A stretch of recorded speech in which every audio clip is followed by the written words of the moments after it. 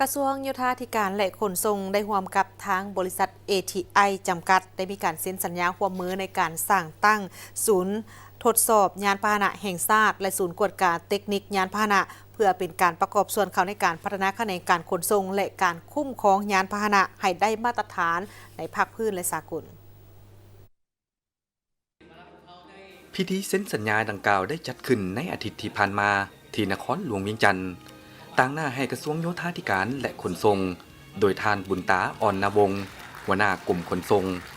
และทานธนุสรพ้นอามาตย์ประธานบริษัท ATI จำกัดโดยการเข้าร่วมเป็นสักขีพยานของทานไซสงครามมโนธรรมรองรัฐมนตรีกระทรวงโยธาธิการและขนส่งมีตัวแทนจากคณะกรรมาการร่วมมือลาวจีนกรมขนส่งแผนกการและภาคส่วนที่เกี่ยวข้องเข้าร่วมการร่วมมือในครั้งนี้สองฝ่ายจะได้สุ่มใส่เจ็ดนาเวียกใหญ่คือ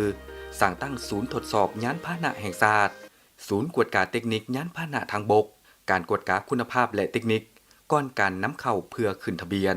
ศูนย์บริการหลังการขายและการบำรุงรักษายานพาหนะห้องวางแสดงสินค้าและอะไหล่ที่มีระบบการคุ้มครองการนำเข้าสร้างระบบต้องโซ่การสนองยานพาหนะอะไหล่และระบบการยั่งยืนการติดตามบนพื้นฐานดิจิตอลสำหรับการยั่งยืนและการติดตามการสนองอะไหล่ยานพาหนะการแจกย้ายและการตรวจสอบความถูกต้องผ่านบาร์โค้ดและสร้างศูนย์ฝึกอบรมเพื่อพัฒนาวิชาการในเวียกงานคุ้มครองยานพาหนะทางบกฐานไซสงครามมโนธรรมให้ฮู้ว่าเวียกงานคุ้มครองยานพาหนะเป็นเวียกหนึ่งที่สำคัญของแขนงโยธาธิการและขนส่งซึ่งติดพันกับชีวิตประจำวันของสังคมที่นำไส้ยานพาหนะเพื่อประกอบส่วนเข้าในการผลิตการไปมาหาสู่ท่องเที่ยวและจุดประสงค์อื่นๆให้มีความสะดวกปลอดภัยและเป็นมิตรต่อสิ่งแวดล้อมภายหลังลาวได้ออกกฎหมายว่าด้วยยานพาหนะทางบกในปี